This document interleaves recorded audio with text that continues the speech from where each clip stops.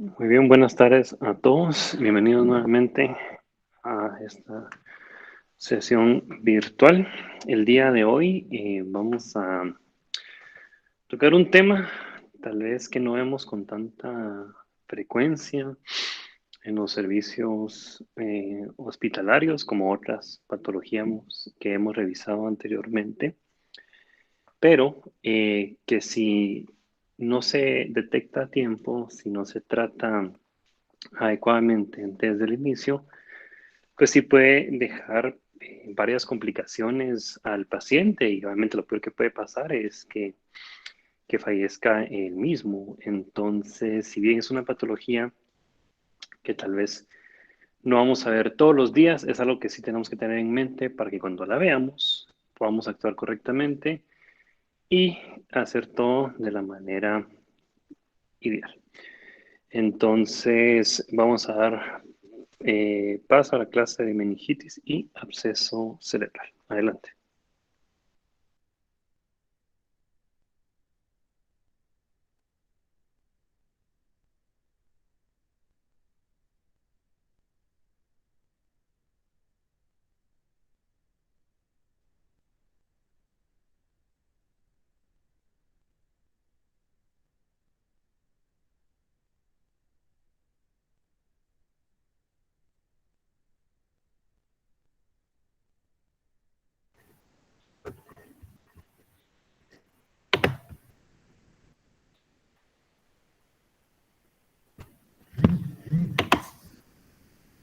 Buenas tardes, no sé si me logran escuchar.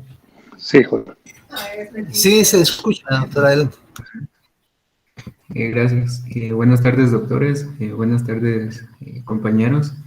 El día de hoy les vamos a presentar, junto con mi compañera Jessica, meningitis y abscesos cerebrales. Primero vamos a comenzar definiendo meningitis. Este va a ser un proceso inflamatorio que afecta las leptomeninges y el líquido cefalorraquídeo dentro del espacio subaracnoideo, en general causado por una infección.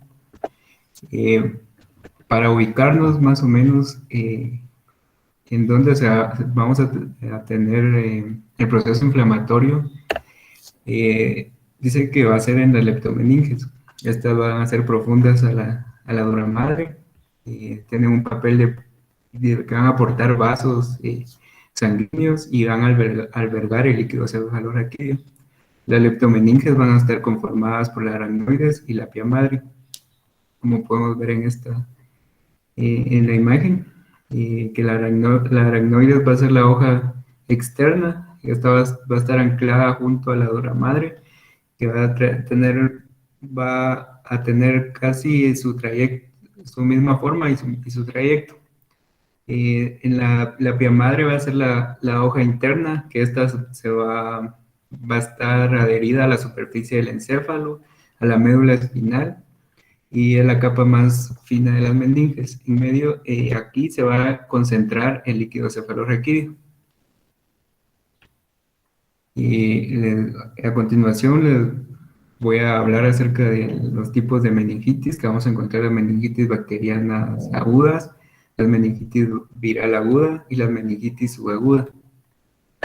Hablando de las meningitis bacterianas agudas, estas van a ser un tipo de infección supurativas y localizadas en el espacio subaracnoideo. Su etiología va a ser, el patógeno más común va a ser el Streptococcus pneumoniae, que es el causal en los adultos mayores de 20 años. Hay algunos trastornos que van a agravar el peligro de la meningitis neumocócica, como tales son la neumonía por neumococo, la coexistencia de sinusitis o de otitis media aguda o crónica por el mismo agente causal, por el neumococo, el alcoholismo, diabetes, la esplectomía y la hipogamaglobulinemia, también la deficiencia de complemento y los traumatismos craneoencefálicos, con fracturas de la base del cráneo y la rinorrea del líquido cefalorraquídeo. También otro agente causal va a ser la meningitis causada por el agente meningitis. Este ha disminuido un poco de casos debido a la inmunización que se ha realizado, pero actualmente está predominando el serogrupo del tipo B, porque la vacuna utilizada para prevenir este tipo de meningitis no es afín al serogrupo del grupo B, por lo cual es un agente causal después del Streptococcus pneumoniae. Y posteriormente tenemos la listeria monocitógenes, que esta va a ser muy comúnmente en neonatos y en adultos mayores de 60 años. En la fisiopatología de la meningitis aguda, esta va a comenzar primero con una colonización nasofaringea por microorganismos y patógenos. Posteriormente, va a tener un acceso bacteriano al torrente sanguíneo, o sea, las bacterias van a estar en el torrente sanguíneo. Luego estas van a causar una invasión de los plexos coroideos intraventriculares, que luego van a dar una multiplicación bacteriana, o también pueden tener acceso al líquido cefalorraquídeo y posteriormente también una multiplicación bacteriana.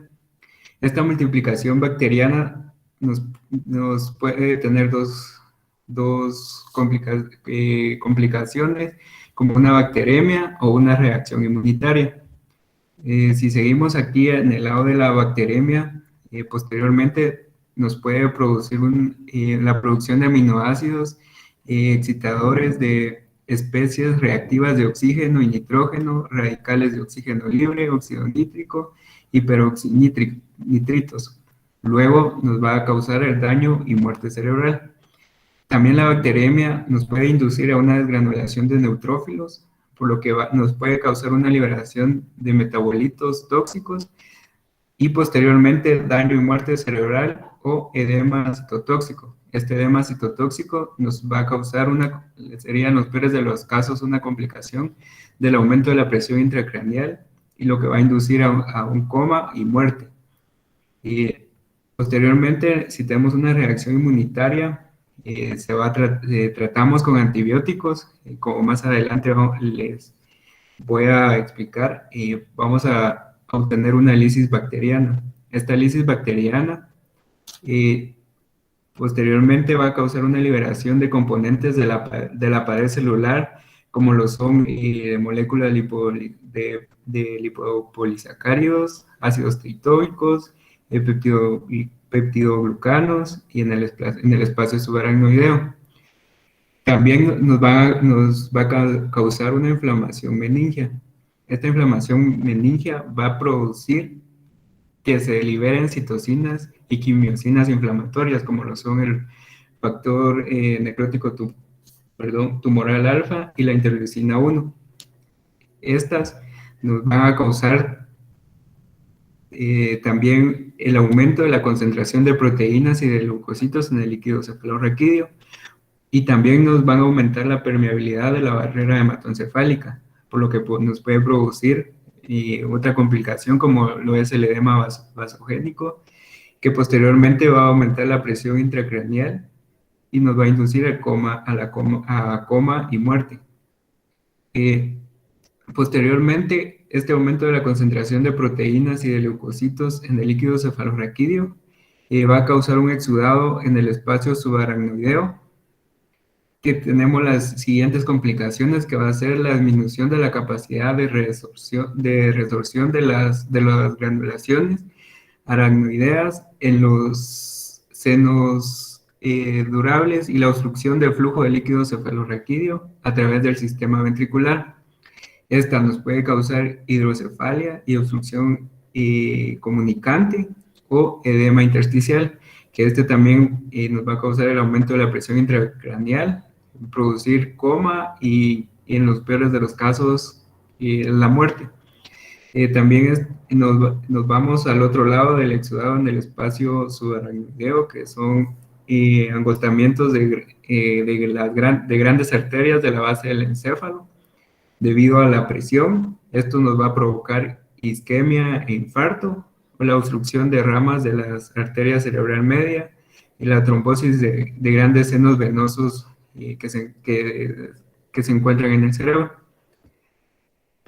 La presentación clínica de esta meningitis bacteriana aguda, que comúnmente conocemos una triada de la meningitis, la cual va a ser rigidez de nuca, fiebre, cefalea, y en otras personas, en otros tipos de pacientes, podemos encontrar un estado mental alterado, fotofobia, náuseas y vómitos, y en la clínica podemos encontrar el signo de Brudzinski y de Kerning positivo.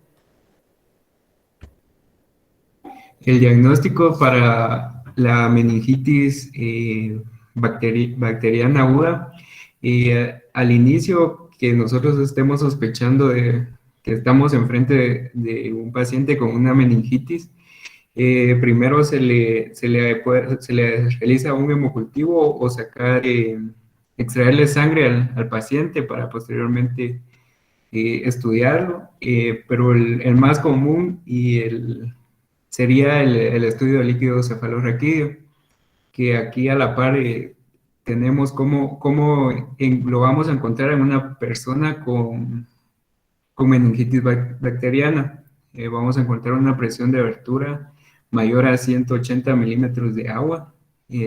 Va a haber un número de leucocitos de 10 a 10.000 microlitros con predominio de neutrófilos. Este predominio de neutrófilos va a ser fundamental, consideraría yo, para diferenciar una meningitis bacteriana y de una meningitis viral.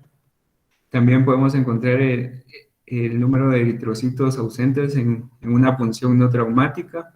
La concentración de glucosa va a ser menor de 2.2 milimoles por litro. Y el líquido cefalorraquídeo de la glucosa sérica va a ser menor a 0.4. La concentración de proteína va a estar mayor a 0.45 gramos sobre litros. Y la tinción de Gram va a ser positiva en un 60%. En el cultivo va a ser positivo el 80%. Y la aglutinación de látex, solo va a estar positivo en individuos con meningitis por Streptococcus pneumoniae, Neisseria meningitidis, la H. influenzae de tipo B, Escherichia coli y los Streptococcus del grupo B.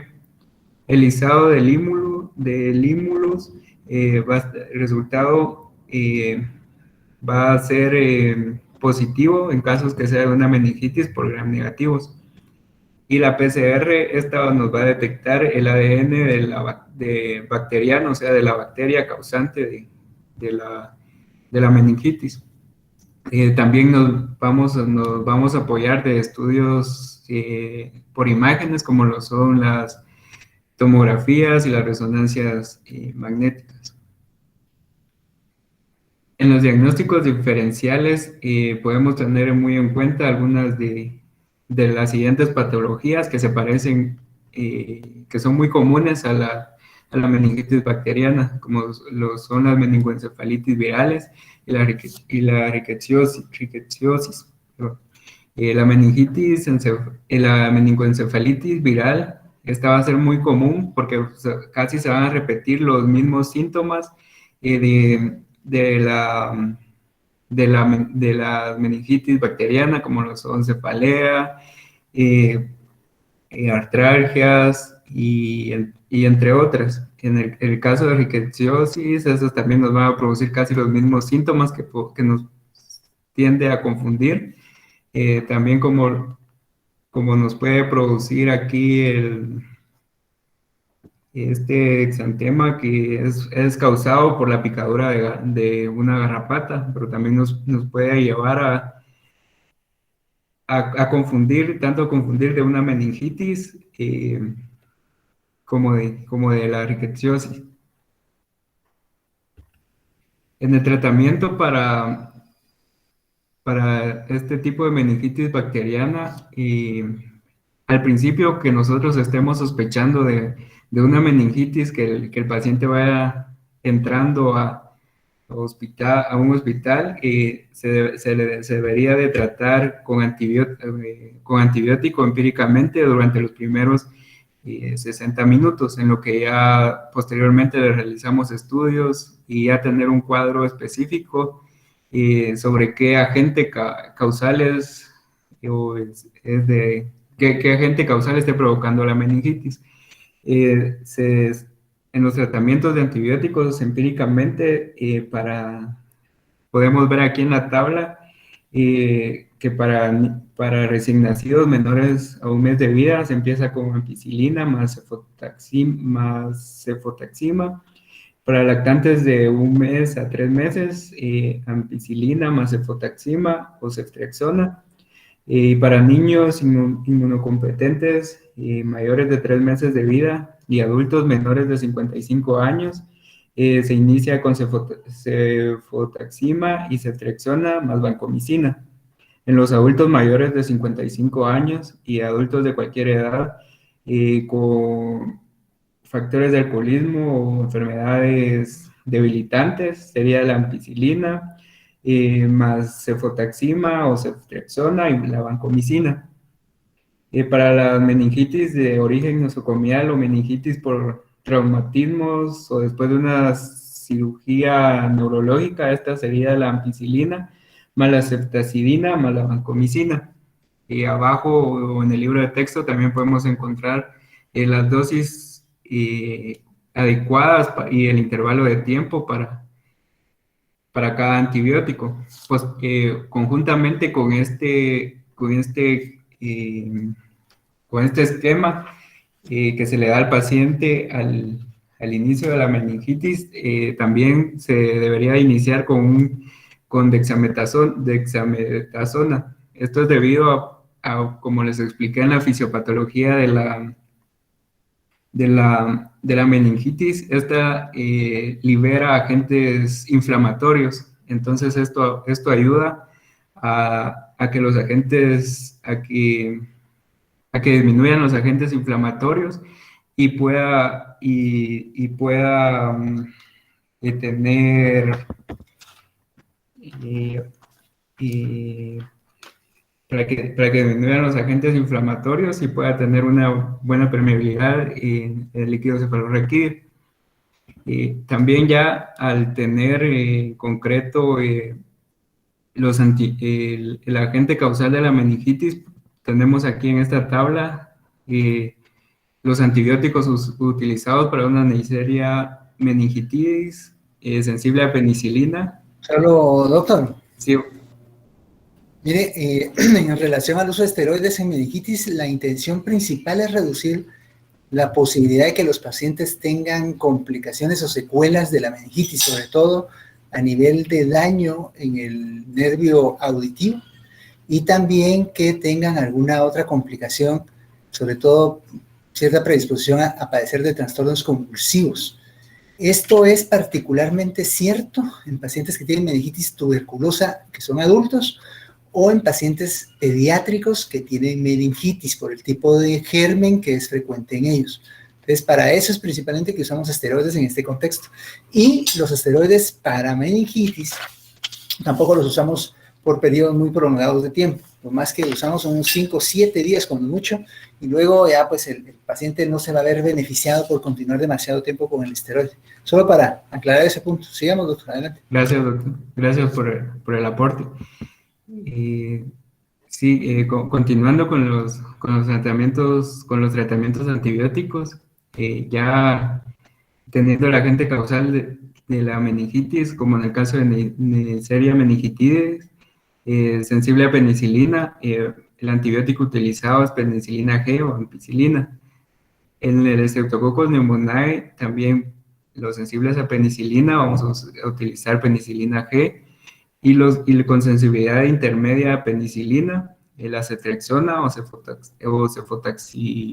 cefotaxima o la cefepima, y con resistencia a penicilina vamos a utilizar la ceftriaxona más vancomicina.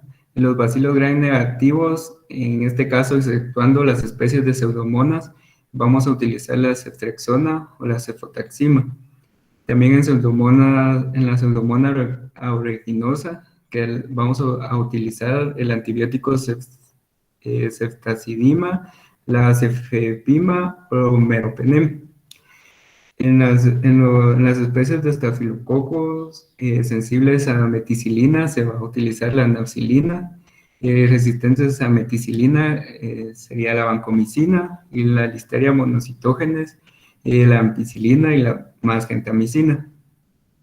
En los estreptococos agalactiae vamos a utilizar la penicilina G y la ampicilina. En los bacteroides fragilis, el metronidazol, y en las especies de Fusobacterium, el metronidazol. En la meningitis viral aguda, los agentes causantes van a ser los enterovirus. Entre ellos mencionaremos los ecovirus, los coccidiovirus, y la varicela zoster y los arbovirus. Los más comunes, ya mencionados, son los enterovirus, el virus de la varicela zoster, el virus del herpes simple 2, el virus de Epstein-Barr y el virus transmitido por artrópodos y el VIH. En los menos comunes vamos a tener los virus del herpes simple 1, el virus humano 6, el citomegalovirus y el virus de la coriomeningitis linfocítica y la parotiditis. En las manifestaciones clínicas en una meningitis viral vamos a tener igualmente cefalea, fiebre, signos de irritación meningia asociados con un perfil inflamatorio del líquido cefalorraquídeo. También vamos a observar manifestaciones generales como mialgias, anorexia, náusea, vómitos, dolor abdominal y diarrea. En el diagnóstico de laboratorio, el principal sería el estudio de líquido cefalorraquídeo. Y aquí vamos a encontrar en el estudio del líquido cefalorraquídeo una pliocitosis linfocítica. O sea que van a estar los linfocitos prevalentes. También vamos a encontrar las proteínas ligeramente elevadas de 0.2 a 0.8 gramos sobre litro, una concentración normal de glucosa, una presión de abertura normal o ligeramente elevada de 100 a 350 milímetros de agua. También vamos a utilizar en el diagnóstico la amplificación del ácido nucleico viral por la reacción de cadena polimerasa, ya que esta es muy importante en el diagnóstico de infecciones virales del sistema nervioso central, y el cultivo viral, que es más usado en esta clase de meningitis virales, ya que tiene una mayor especificidad y no en las meningitis bacterianas. También vamos a utilizar la serología, pero es más utilizada en los agentes como los arbovirus, y también también no se va a utilizar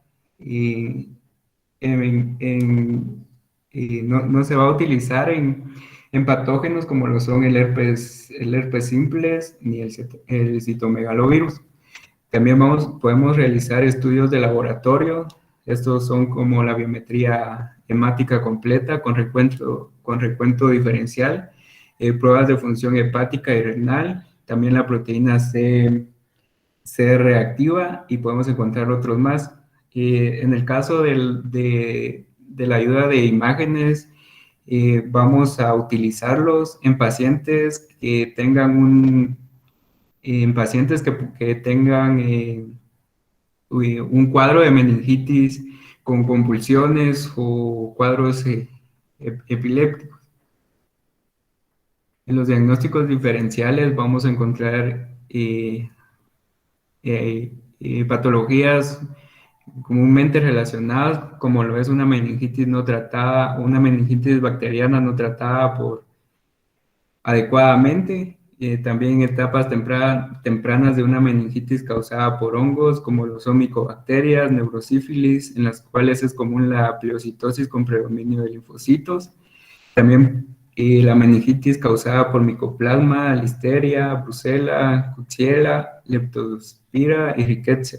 También la meningitis neoplásica, la meningitis secundaria a enfermedades inflamatorias no infecciosas.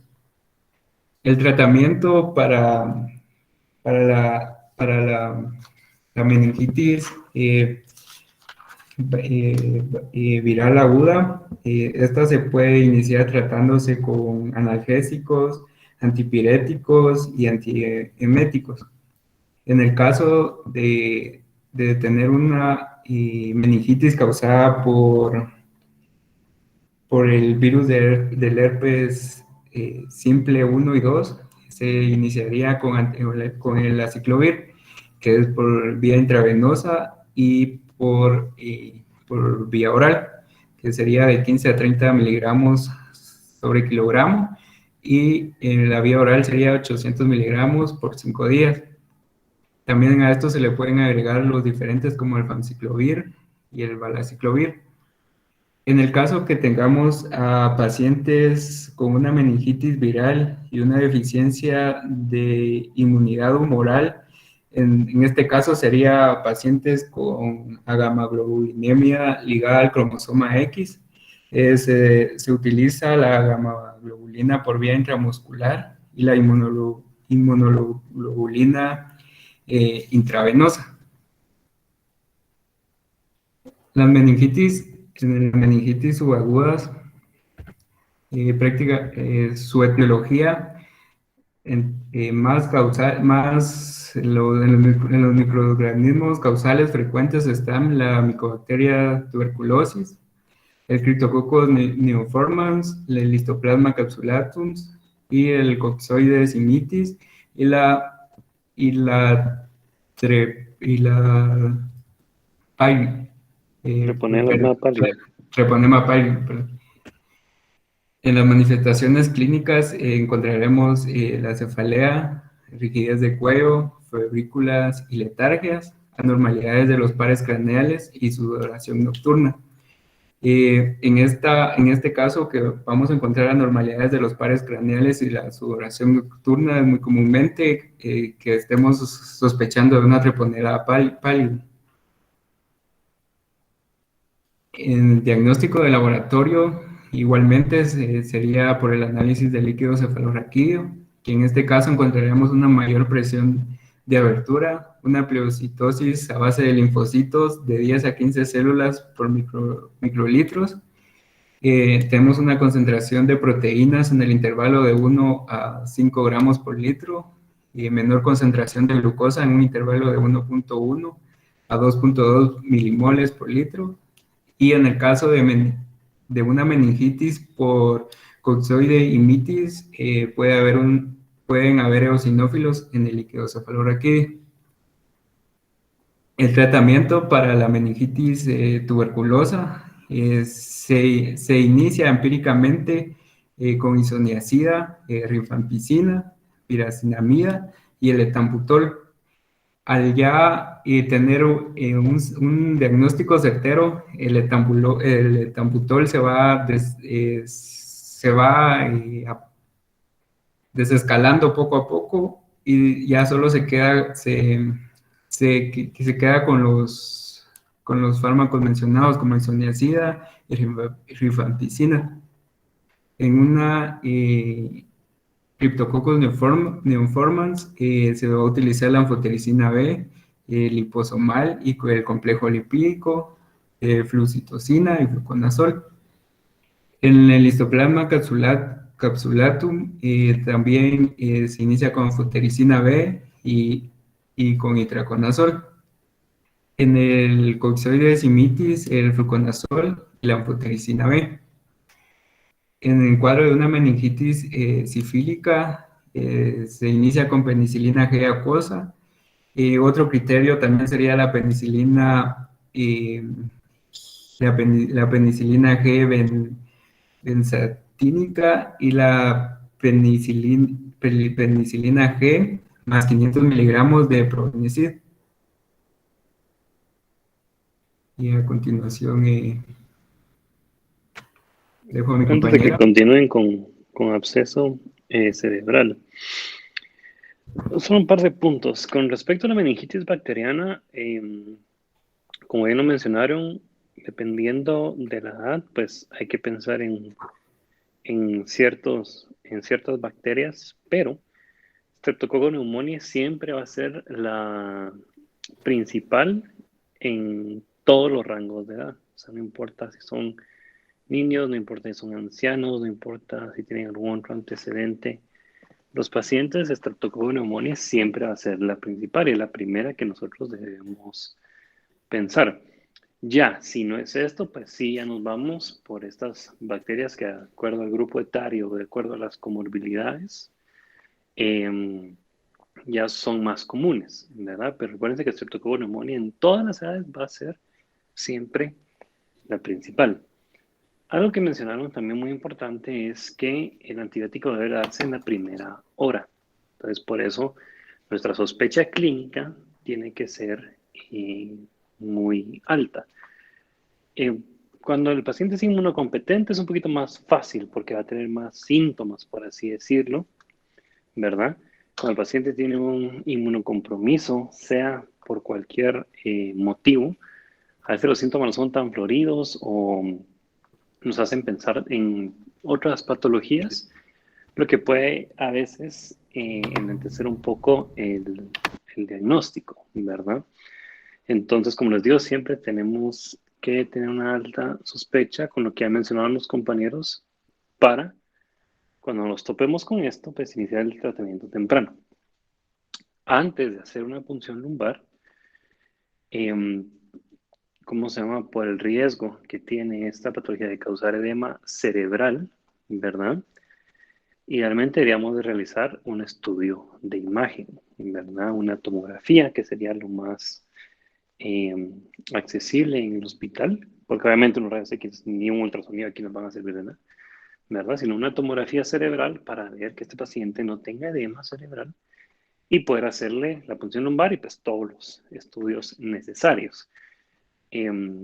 ¿Por qué? Recuerden que si el paciente tuviese edema y le hacemos una punción lumbar, pues corremos con el riesgo de que tenga una herniación, ¿verdad? O alguna otra complicación, y en lugar de mejorar el cuadro, podemos empeorarlo. Hay unos que dicen, bueno, si no se puede hacer la tomografía inmediatamente porque no está disponible o está arruinado, cualquier cosa, o el paciente no se puede trasladar porque está inestable, dicen, bueno, entonces hagamos una consulta a oftalmología que le haga fondo de ojo y miramos si tiene, ¿cómo se llama? Papiledema. Si tiene, entonces podemos inferir que tiene edema cerebral, entonces tenemos que esperarnos con la punción lumbar. Esto, como les digo, es debatible porque el papiledema no es un signo temprano, por así decirlo, de edema cerebral. Usualmente este aparece ya después. Entonces el paciente puede tener edema cerebral y no tener papiledema. Entonces es un falso seguro a veces que tenemos de, bueno, no tiene papiledema, entonces démosle, ¿verdad? Como les digo, lo ideal es hacer una tomografía, no tenemos que esperar el informe, podemos ver la tomografía, la imagen, incluso durante que se está realizando el estudio y ver si hay edema.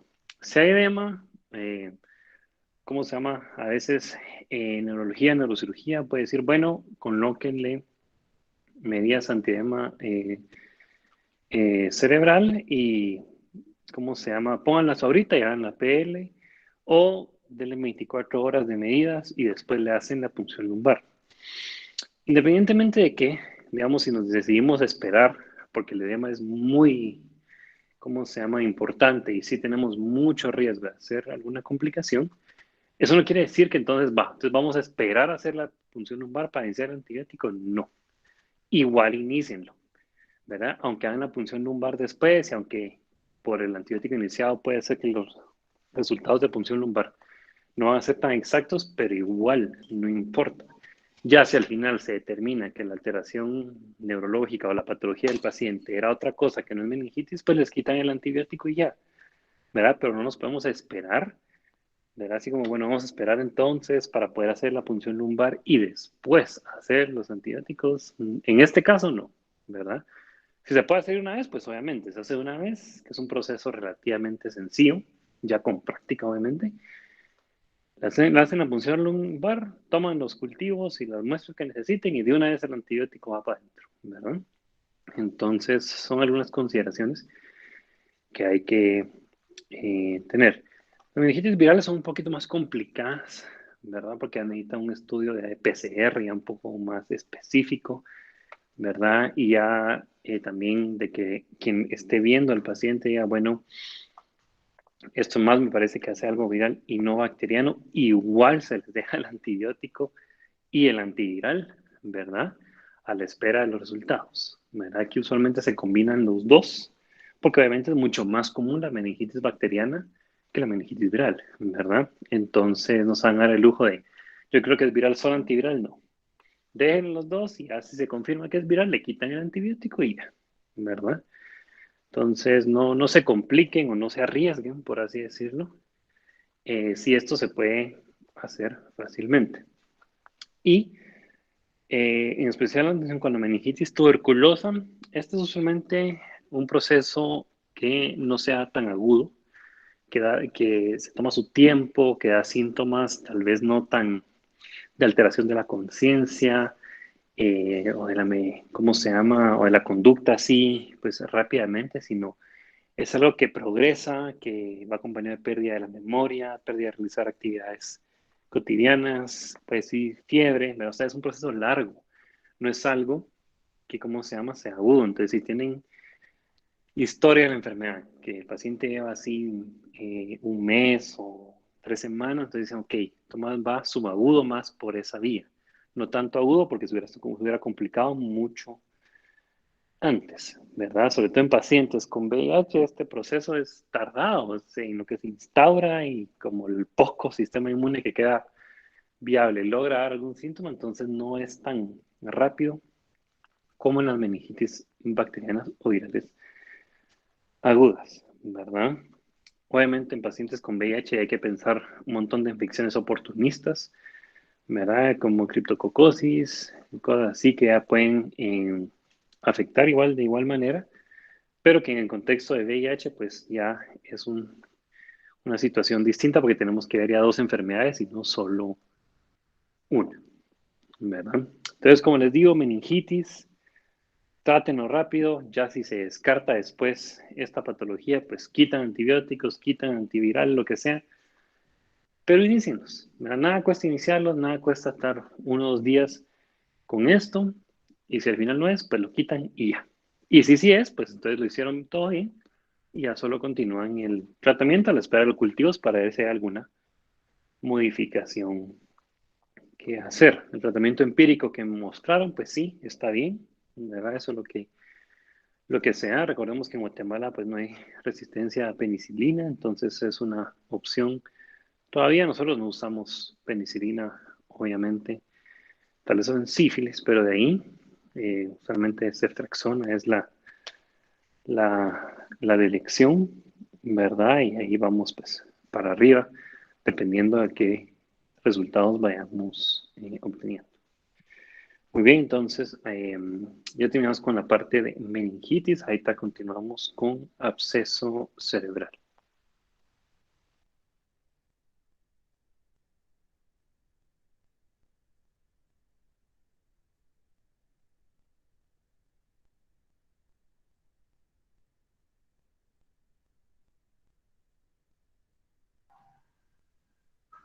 Ahorita voy a presentar, lo que pasa es de que a mi compañero se le fue el internet, perdón.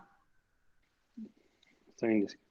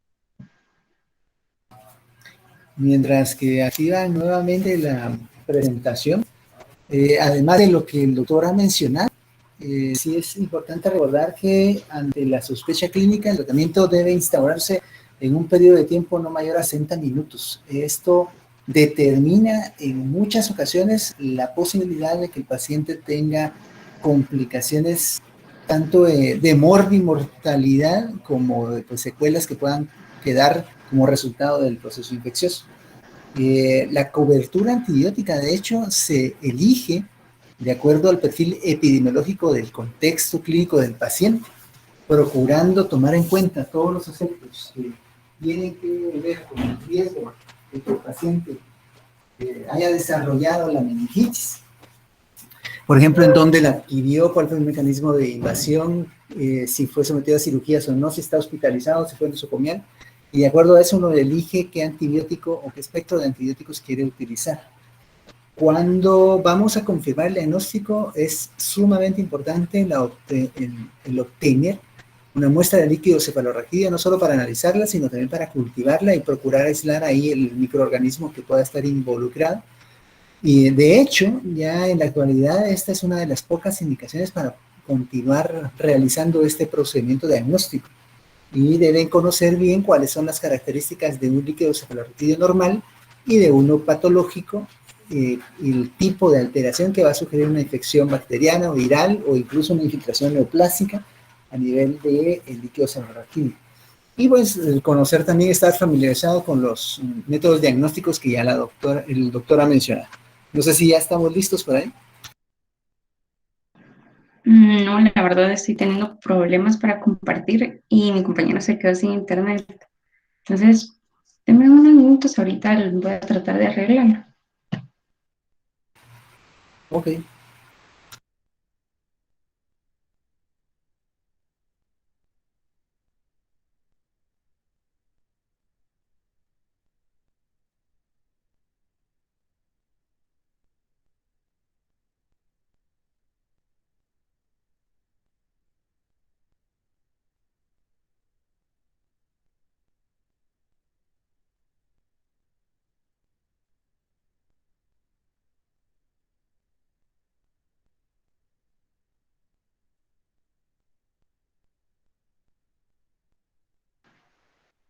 Muchas gracias por esperar.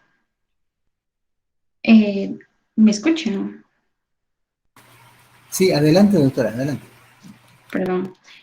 Bueno, vamos a seguir con abscesos cerebrales. Tenemos que, siguiente, ¿verdad?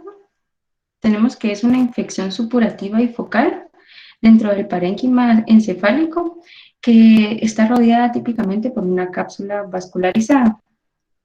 Se utiliza el término cerebritis para describir un absceso que no está encapsulado. Siguiente, por favor. Tenemos como epidemiología que el absceso cerebral bacteriano es una infección intracraneal relativamente rara, con una incidencia de 0.3 a 1.3 casos por cada 100.000 personas al año. Siguiente, por favor. Los patógenos más frecuentes en individuos con buena respuesta inmunitaria tenemos que son estreptococos, estos pueden ser anaerobios, aerobios y víridas.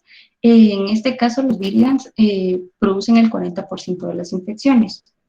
Las enterobacterias, por Proteus, E. coli y especies de Klebsiella, tenemos que el Klebsiella produce el 25% de enfermedad, ¿verdad?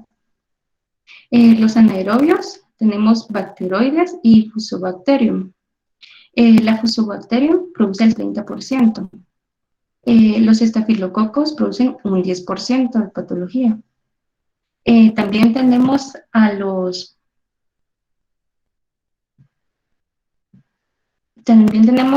patógenos, perdón. También tenemos a los patógenos que nos producen patología en inmunodeficiencia e inmunodepresión. Estos, los más frecuentes son nocardia, toxoplasmosis gondii, especies de Aspergillus y especies de Candida. El Cryptococcus neoformans también se presenta. En algunos casos se produce neurocisticercosis por tenia sólida, es más frecuente en América Latina. En la India y en el Lejano Oriente también se presenta como agente microscópico frecuente el Mycobacterium. Siguiente, por favor. Regresa, disculpa. También tenemos como causa las malformaciones congénitas del corazón que causan un cortocircuito de derecha a izquierda, como en la tetralogía de Fallot o el conducto arterioso persistente, que producen un déficit de oxigenación arterial y policitemia. Entonces, esto va a causar el cortocircuito y va a causar áreas focales de isquemia cerebral y generar un nido para un microorganismo que esquiva la circulación pulmonar para multiplicarse y formar un absceso. Como patógeno más común tenemos el Streptococcus. Siguiente, por favor.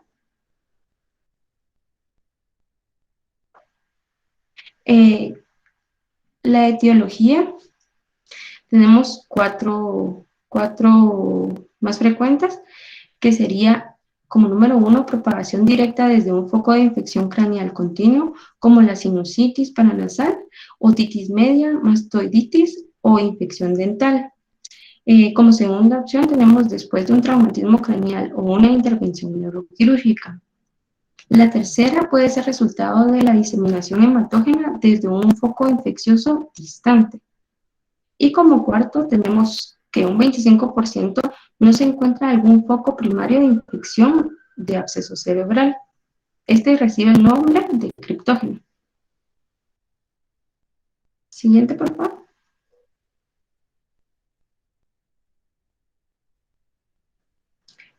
Alrededor de un tercio de los abscesos cerebrales tienen como punto de partida la otitis media y la mastoiditis. Estas están relacionadas comúnmente con un colesteatoma acompañante.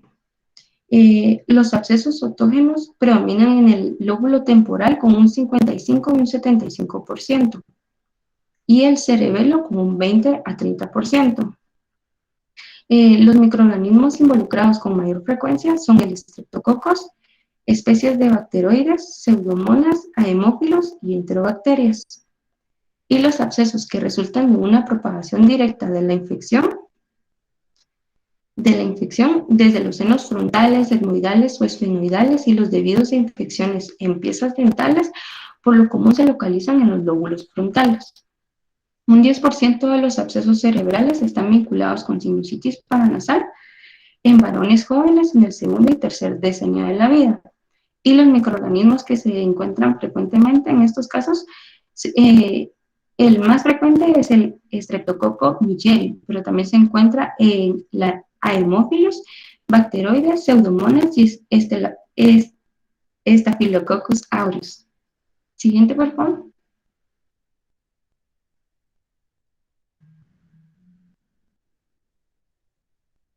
Siguiente, por favor. Bueno, ahora tenemos la patogenia.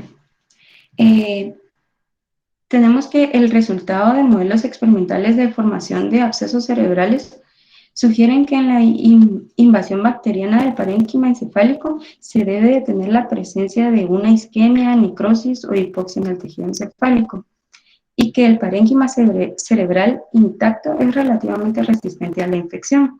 Pero cuando ya tenemos una infección establecida en el parénquima cerebral, tenemos que se va a desarrollar en etapas. Se tienen 4 etapas. La primera es la inflamación precoz de 1 a 3 días.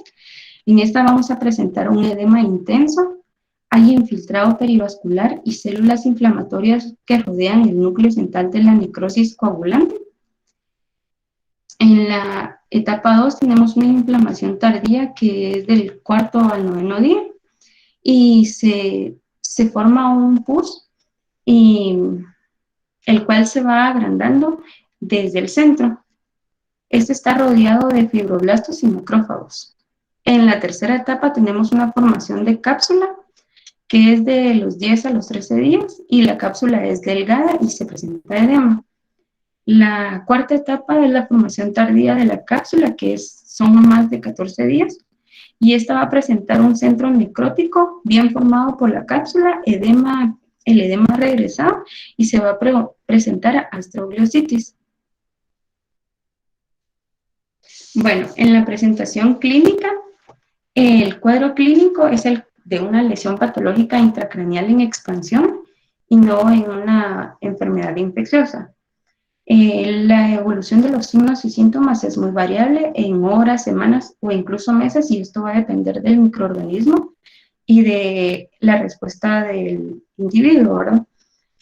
La mayoría de los enfermos acude al hospital después de 11 o 12 días de haber presentado síntomas, y tenemos como síntoma más frecuente, que se presenta en más del 75% de los casos, es la cefalea.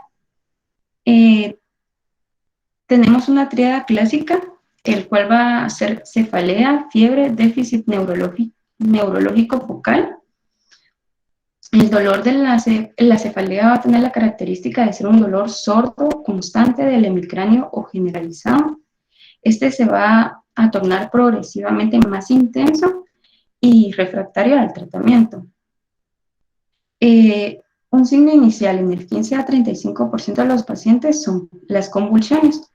Estas pueden ser focales o generales, y más del 60% de pacientes presentan déficit neurológico focales, y se va a presentar hemiparesia, afasia o defectos campimétricos. También podemos presentar aumento de la presión intracraneana, alteración del nivel de conciencia, papiledema en algunos casos y, como había mencionado, las crisis convulsivas. El nistagmo y la ataxia son signos de absceso cerebral. Eh, eh, la hemiparesia también, y es muy frecuente encontrarlo en el lóbulo frontal. El nistagmo y la ataxia se presentan mayormente en abscesos del cerebro. Y siguiente, por favor. En el diagnóstico, acá dice claramente que no se debe hacer punción, ya que esto nos puede llevar a una herniación. Y la verdad es de que el análisis del líquido cefalorraquídeo no nos presenta mucha información ni para el tratamiento, ya que el tratamiento de antibióticos se da en base al contenido que nosotros mandamos a analizar para tinción de Gram del material purulento. El diagnóstico se realiza por medio de un ATAC. También puede presentarse por una resonancia magnética. Por la TAC podemos encontrar una lesión redondeada hipodensa que capta el contraste en anillo y edema perilesional. Y la resonancia magnética es más sensible en fase de cerebritis. Siguiente, por favor.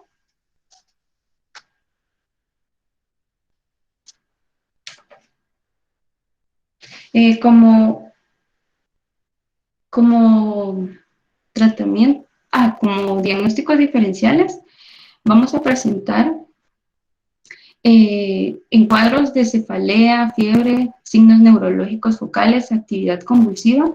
Se puede presentar en empiema subdural, meningitis bacteriana, meningoencefalitis viral, trombosis del seno longitudinal superior, encefalomielitis diseminada aguda. Y en los pacientes que no se presente fiebre, vamos a sospechar de un tumor encefálico primario o metástasis al cerebro.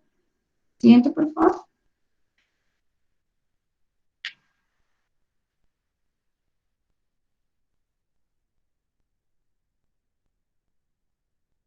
Siguiente, por favor.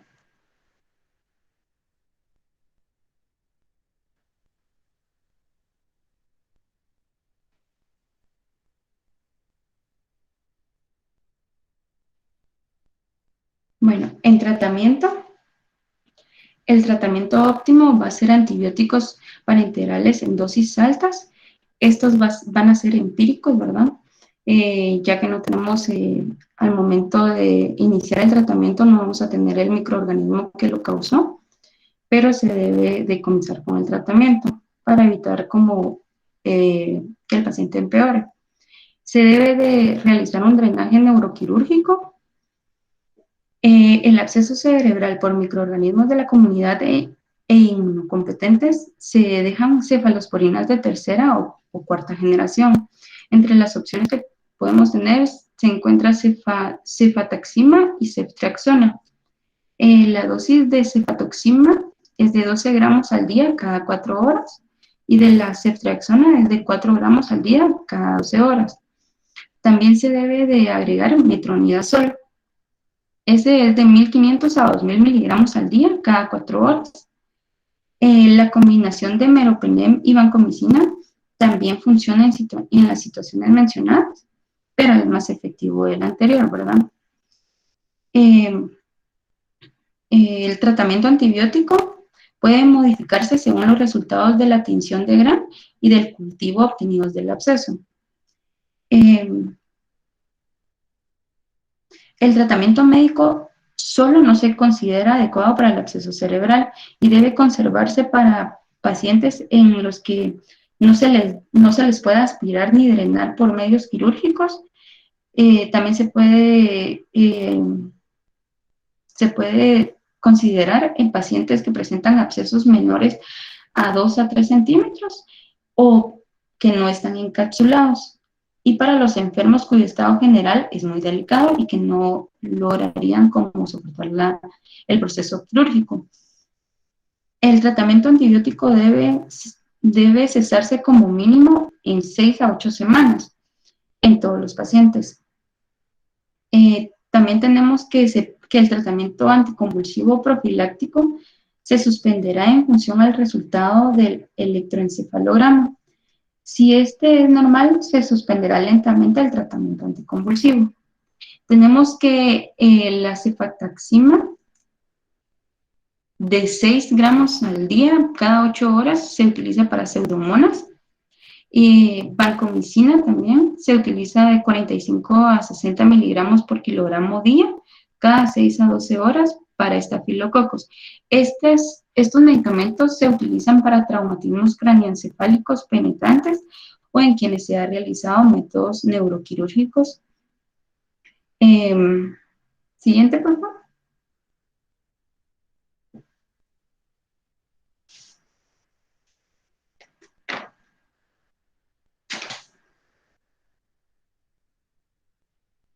José, puedes cambiar, por favor.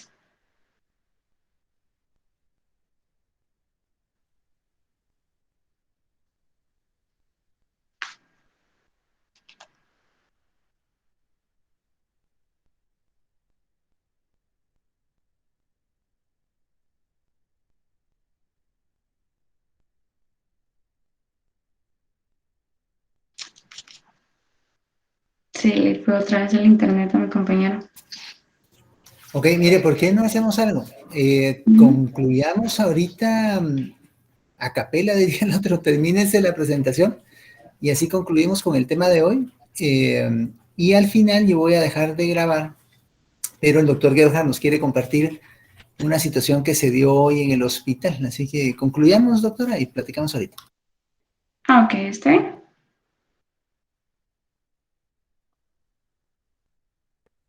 Entonces ahorita voy a seguir. Por favor. Bueno, tenemos el pronóstico de los pacientes. La mortalidad por absceso cerebral ha disminuido gracias al tratamiento empírico que se realiza y se tiene una mortalidad de menos del 15%. En un 20% de quienes sobreviven quedan con secuelas que incluyen convulsiones, debilidad, afasia, deficiencias mentales persistentes.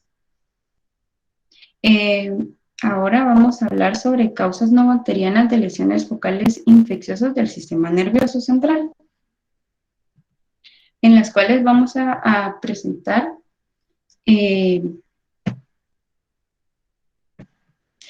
Neurocisticercosis y toxoplasmosis. En la neurocisticercosis, los parásitos son los parásitos más frecuentes en el sistema nervioso central en todo el mundo. Se adquiere por la ingestión de alimentos contaminados con huevecillos de Taenia solium, y la toxoplasmosis es en una enfermedad parasitaria causada por el Toxoplasma gondii, que se adquiere al ingerir carne mal cocida, al manipular heces de gato. En la presentación clínica tenemos que el neurocisticercosis se puede desarrollar en el parénquima encefálico y causar convulsiones o déficits neurológicos focales. El síntoma más frecuente son convulsiones parciales de comienzo reciente y se localizan en los espacios subaracnoideos o ventriculares, que pueden incrementar la presión intracraneal e interferir con el flujo. Si los parásitos se presentan primero en el encéfalo, producirán pocos signos de respuesta inflamatoria, pero van a provocar la convulsión. Cuando el quiste muere, lo que puede ocurrir en años se acompaña de una resolución de la respuesta inflamatoria y muchas veces se puede presentar cesación de las convulsiones. En la presentación clínica de toxoplasmosis, tenemos que la toxoplasmosis primaria suele ser asintomática, y esta fase los parásitos pueden propagarse al sistema nervioso central, en el que quedan en estado de latencia. Después de esto, la reactivación de la infección del sistema nervioso central ocurre casi exclusivamente en hospedadores inmunodeficientes, en particular en aquellos con infección por VIH. En esta fase el cuadro inicial puede comprender con cefaleas, fiebre, convulsión, déficit neurológicos focales. El diagnóstico, al igual que en el absceso, se hace principalmente por tomografía computarizada o la resonancia magnética. En caso de encontrar anormalidades en los estudios de neuroimagen, hay que identificar en suero si encontramos inmunoglobulina G contra toxoplasmosis gondii. En las lesiones que tienen parásitos viables adquieren el aspecto de lesiones quísticas en la resonancia o en la tomografía, y en la resonancia a menudo se observan escólex. Algo muy característico es que en el parénquima cerebral se pueden observar calcificaciones, y esto es indicativo de que el parásito ya no es viable. En el tratamiento,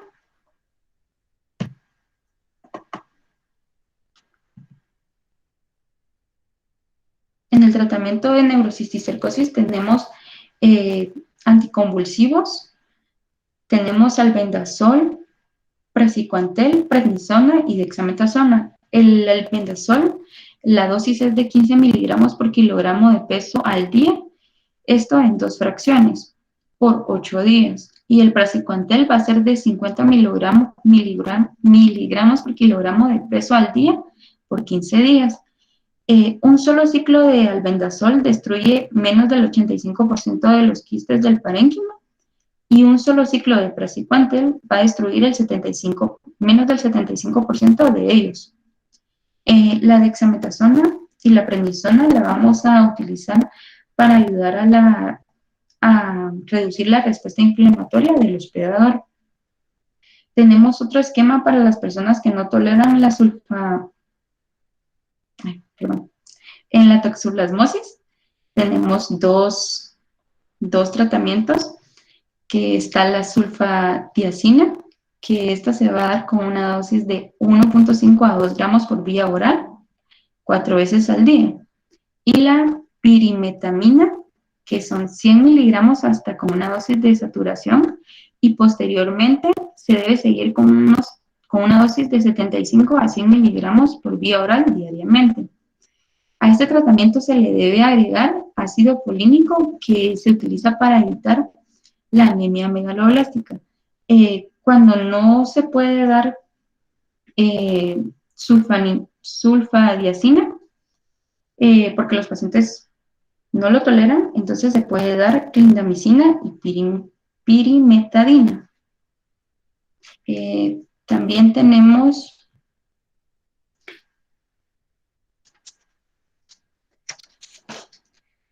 que el tratamiento se va a continuar hasta que ya no se presenten síntomas de la enfermedad activa en los estudios de neuroimagen. Esto puede ser de 1 a 6 semanas después de la fecha en que se iniciaron con el tratamiento. Ahora vamos a hablar sobre el empiema subdural, que es un cúmulo de pus entre la dura madre y la aracnoides. En la epidemiología tenemos que es un trastorno raro que comprende del 15 al 25% de infecciones supurativas focales del sistema nervioso central, en el que la sinusitis es el cuadro predisponente más común. Suele afectar los senos frontales solos o combinados. También se presentan los senos etmoidales y maxilares superiores. Es más frecuente en varones que en mujeres. También se puede causar por traumatismos craneoencefálicos o neurocirugías, y en 1 a 2% de los casos se puede complicar. Los agentes patógenos más frecuentes, vamos a tener el Streptococcus aerobius, anaerobios, Staphylococcus enterobacterias y bacterias anaerobias. Estos están relacionados con la sinusitis, y los patógenos más frecuentes vinculados a procedimientos neuroquirúrgicos o traumatismos craneoencefálicos son el Staphylococcus y los bacilos gram negativos. Hasta en una tercera parte de los pacientes el cultivo no permite encontrar un microorganismo en el empiema subdural.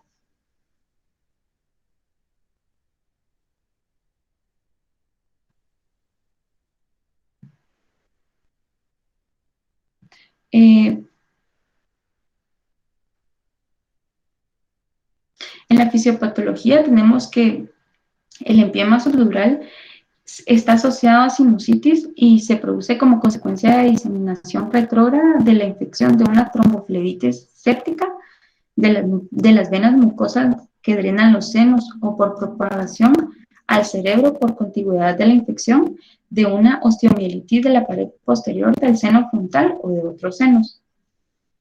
Tenemos una introducción directa de bacterias en el espacio subdural como complicación de una intervención neuroquirúrgica, y la evolución puede ser rápida porque el espacio subdural es un amplio compartimento que ofrece pocas barreras mecánicas.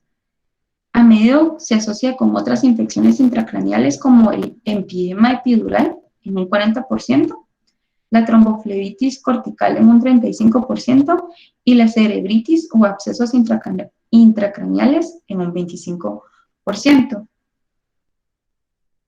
En la clínica de esta patología, el cuadro inicial típico va a ser fiebre, cefalea cada vez más intensa. Se debe de sospechar de empiema cada vez que tengamos pacientes con sinusitis diagnosticada. Los síndromes vamos a presentar fiebre, cefalea, sinusitis, deficiencia neurológica focal, convulsiones, signos de hipertensión intracraneal, convulsiones, pérdida de conciencia y coma. El déficit neurológico focal más común va a ser la hemiparesia o hemiplegia contralateral. En el diagnóstico, tenemos que se puede realizar por medio de una tomografía o una resonancia. La administración de galodinio facilita el diagnóstico al reforzar el anillo del empiema y diferenciar el empiema respecto del parénquima cerebral subyacente. Al momento de que se realiza un ataque, se puede observar una lesión hipodensa semilunar sobre uno o ambos hemisferios en la cisura interhemisférica. La punción lumbar y extracción de líquido cefalorraquídeo para su análisis no aporta datos útiles, por lo tanto no es necesario que se realice, y ya que puede producir una herniación encefálica.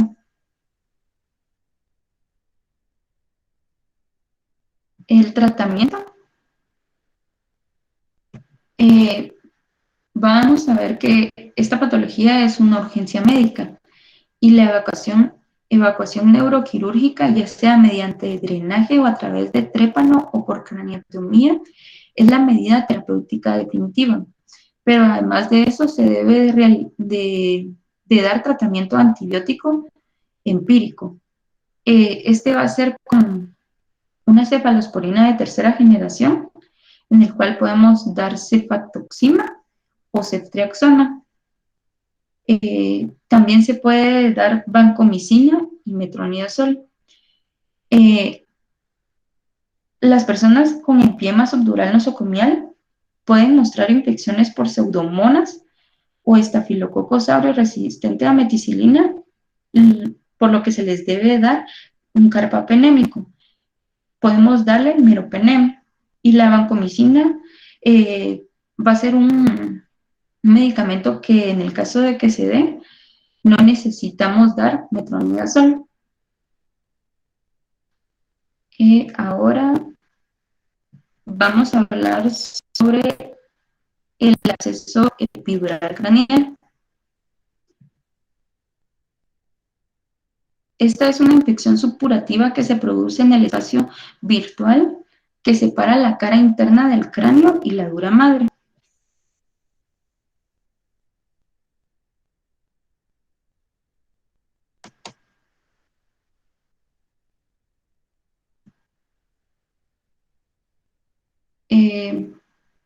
Estos son menos frecuentes y comprenden menos del 2% de las infecciones focales del sistema nervioso central.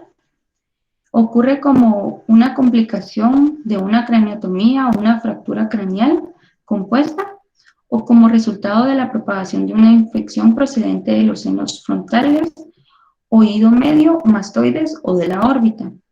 La infección, al momento de que inicia, debe disecar a medida que avanza la dura madre de la superficie del cráneo, y en consecuencia suelen ser más pequeños. Los microorganismos más frecuentes que causan esta patología tenemos en la sinusitis frontal o infecciones del oído medio o mastoiditis, tenemos el Streptococcus y anaerobios. Como complicación de una craneotomía o de una fractura craneal compuesta, tenemos los estafilococos o bacterias gram negativas.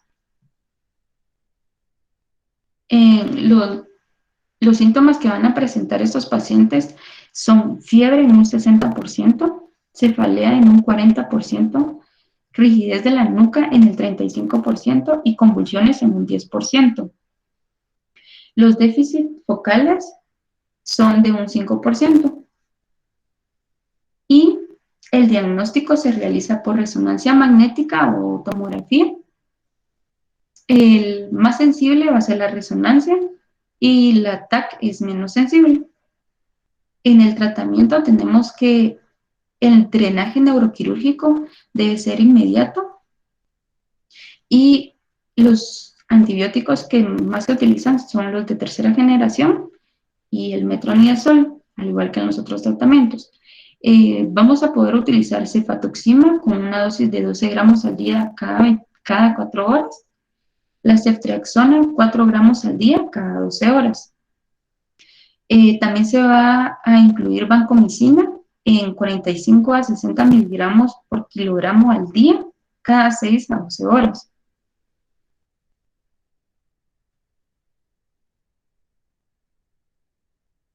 Y ahí estaríamos. Gracias y perdón por todos los inconvenientes en la presentación. Muchas gracias, doctores, por la presentación de hoy, pues muy completa. El tema en sí que nos atañe es meningitis bacteriana y absceso cerebral, pero como un recordatorio, estuvo bien que mencionara todos los otros aspectos de los diferentes tipos de infecciones que pueden afectar al área del cráneo. Sin embargo, muchas de esas ocasiones, sobre todo en los casos de los abscesos, Recuerden siempre que el manejo debe ser quirúrgico siempre que sea posible. Ahí es donde ya pues entramos en muchas ocasiones en controversia ahí con los colegas neurocirujanos, pues porque pues uno quiere que operen al paciente y los neurocirujanos pues a uno le da la impresión de que andan buscando pretextos para no operar. La indicación es clara y precisa. Si un absceso está presente, hay que buscar drenarlo. ¿Por qué? Porque facilita y incrementa la velocidad de recuperación del paciente, o sea, de resolución de la infección. Sin embargo, hay algunas situaciones en las cuales se puede, o se debe, mejor dicho, de alguna forma tener más precaución, sobre todo si el absceso está muy profundo o está involucrando un área de mucho riesgo en el momento de la intervención. En esos casos, definitivamente el tratamiento médico, antibiótico y de soporte debe ser lo que debe prevalecer, pero debemos ya extender nuestro tiempo de tratamiento durante un periodo mayor de tiempo, valga la redundancia, y permitir de esa forma pues que el caso se resuelva, la infección se resuelva, siempre documentando la evolución desde el punto de vista tomográfico. Vamos a detenernos acá, si el doctor Gebhard está de acuerdo, o no sé si quiera tener algún otro comentario, doctor. Creo que ya lo cubrimos todo, doctor. Si quiere pasamos a lo siguiente.